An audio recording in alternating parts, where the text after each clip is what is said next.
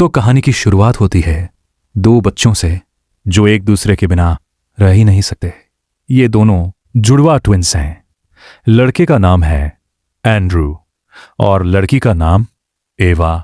दोनों एक दूसरे से इतना प्यार करते हैं कि देखते ही समझ आ जाता है ये सिर्फ भाई बहन नहीं, एक दूसरे की पूरी दुनिया है। लेकिन ये खुशी ज्यादा देर तक नहीं टिकती, क्योंकि ये परिवार एक बहुत ही ताकतवर बिजनेस फैमिली है जहां भावनाएं नहीं, सिर्फ नियम चलते हैं।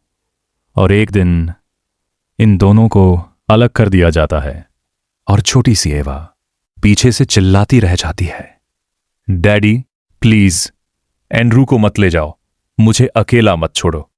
अगला सीन, एवा अब बड़ी हो चुकी है और वो खड़ी है फ्यूनरल में। लेकिन ये किसका फ्यूनरल है? एंड्रू का। हां, उसका अपना भाई मर चुका है।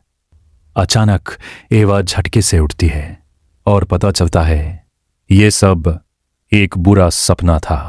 वो भारी भारी सांस ले रही होती है, तभी उसका फोन बजता है। Beep beep beep, alarm. उसे डिनर के लिए फैमिली के साथ जाना होता है। यहीं इंट्रोड्यूस होती है मोरेटी फैमिली, इटली की सबसे ताकतवर फैमिली में से एक। एवा मोरेटी फैमिली की सबसे छोटी बेटी है।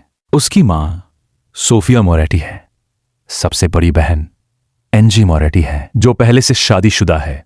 दूसरे नंबर पर विंसेंट मोरेटी है, फैमिली का बड़ा बेटा, और वो भी शादीशुदा है। और तीसरे नंबर पर बेला मोरेटी है जिसकी सगाई हो चुकी है। इस फैमिली के कुछ नियम हैं। रूल नंबर 1, फैमिली बिजनेस सिर्फ लड़के चलाएंगे।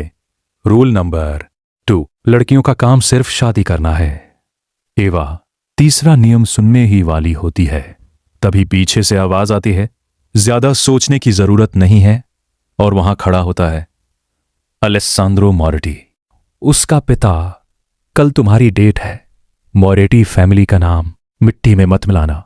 अगला सीन एक लग्जरी होटल का है जहां एवा अपनी जबरदस्ती वाली डेट के लिए आई होती है। तभी एक लड़का उसके सामने आता है। I am Rob Cameron Darling. Ava के चेहरे पर तुरंत अजीब सा भाव आ जाता है। वो साफ तौर पर अनकंफर्टेबल होती है।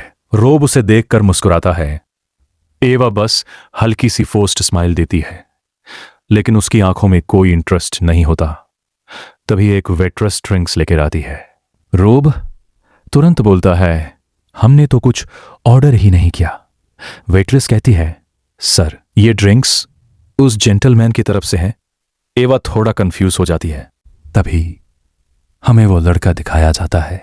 आवा उसे देखते ही हल्का सा शर्मा जाती है। उसकी आंखों में एक अजीब सी सॉफ्टनेस आ जाती है, लेकिन अगले ही पल वो खुद को कंट्रोल करती है, अपनी नजरें हटा लेती है जैसे कुछ महसूस ही नहीं किया हो।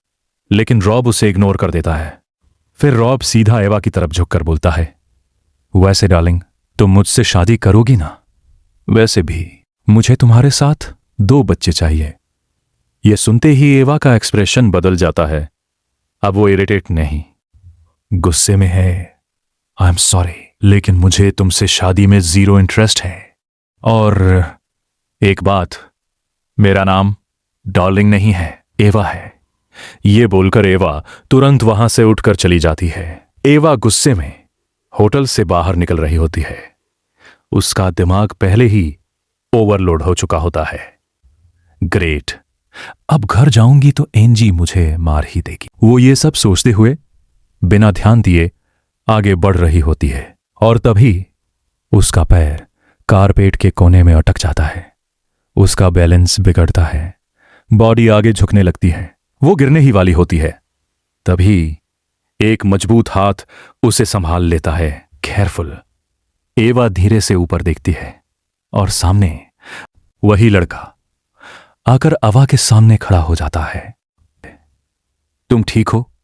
अवा हल्का सा सांस लेती है, फिर धीरे से कहती है, हां मैं ठीक हूं, थैंक यू। फिर वो लड़का धीरे से आगे बढ़ता है और अवा के बालों को संभालते हुए उन्हें उसके कान के पीछे कर देता है। अवा एकदम से ठहर जाती है।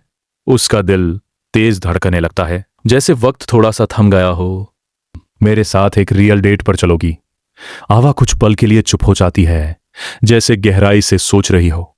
आवा धीरे से अपने दोनों हाथ उसके कंधों पर रखती है, उसकी आंखों में सीधे देखते हुए हल्की सी मुस्कुराहट के साथ कहती है, सॉफ्ट लेकिन डीप टोन, ये सब तुम्हारे दिमाग में क्या चल रहा है उस पर डिपेंड करता है। अगर आप भी जानना चाहते हैं कि आगे इन दोनों की कहानी किस मोड़ पर जाएगी, तो इस वीडियो को लाइक करें, चैनल को सब्सक्राइब करें और जुड़े रहिए हमारे साथ, क्योंकि कहानी अभी बाकी है।